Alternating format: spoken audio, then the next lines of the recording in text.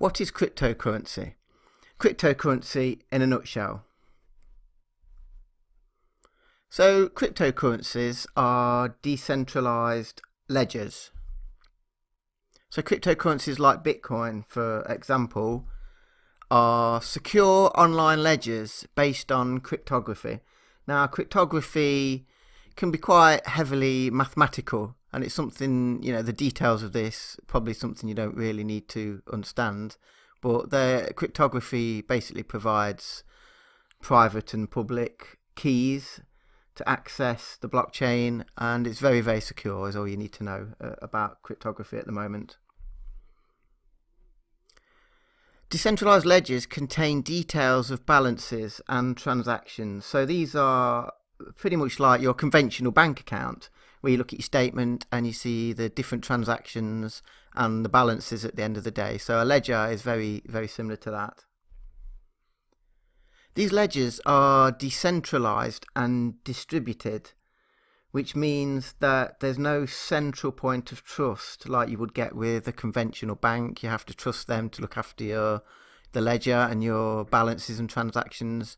With a decentralized and distributed network, this isn't the case. There's no central point of trust. Decentralized ledgers make all transactions and balances publicly available.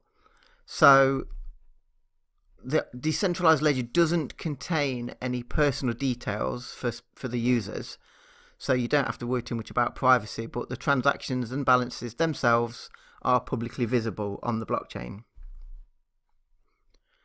Decentralized ledgers are just one use for blockchain technology. So blockchain technology, rather than just being used for cryptocurrencies, can be used for any sort of keeping track of any asset where you didn't want to use a central point of trust. So maybe voting systems or anything like that, traceability of goods from manufacture through to distribution. The blockchain technologies can be used for many different things besides just cryptocurrencies. So, open source code. Most cryptocurrencies are actually open source. So examples are Bitcoin, which you've most probably heard of, Litecoin, Ethereum, which you've probably heard of as well, it's the second biggest market cap, and Monero, which is a true privacy coin. So these are all open source code.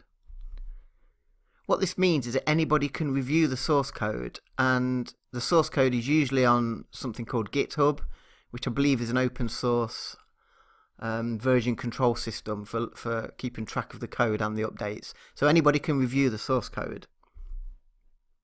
This allows complete transparency of the functionality.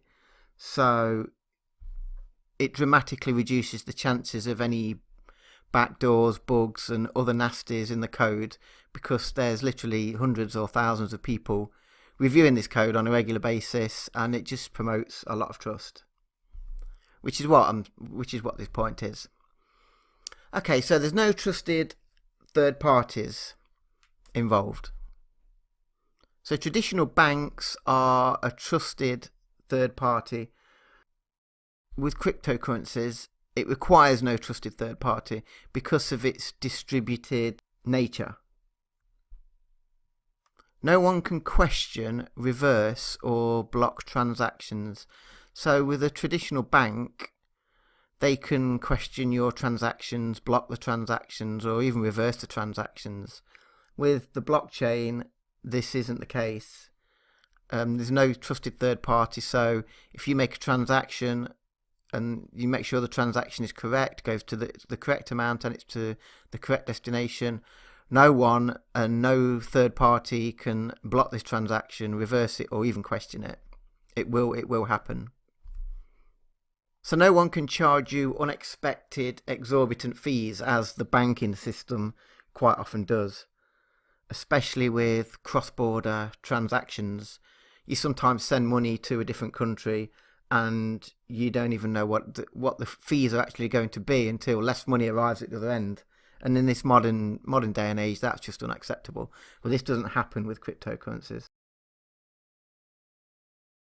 With cryptocurrency, you have to remember that you are the bank, so you are responsible for the security of your private keys.